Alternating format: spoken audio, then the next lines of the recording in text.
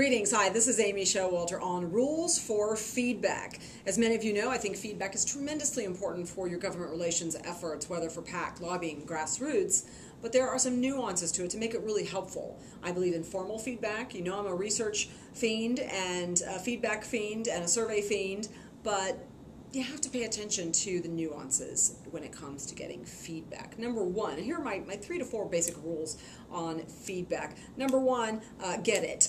Don't breathe your own exhaust. And what I mean by that is that many times when we seek opinions from the same people or the people just in the government relations field relative to our internal or external initiatives, it becomes kind of calcified. And we're not really getting that variety of feedback that we need. So number one, make it a habit to do it, whether it's informal with your volunteers, you know, asking them, hey, how are we doing? How can I help you? What are our next steps?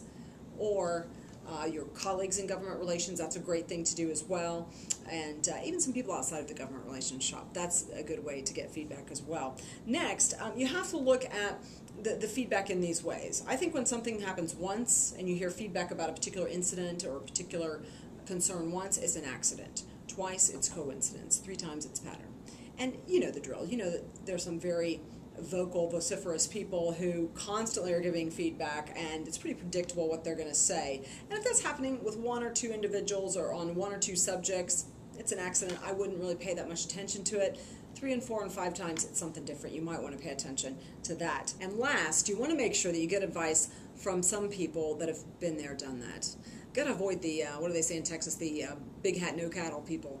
For example, I'm only going to take speech coaching from someone who gets paid to give speeches, not someone who, and gets paid a lot of money to give speeches, not somebody who has a communications degree or communications theory, but it's never been paid to give a talk.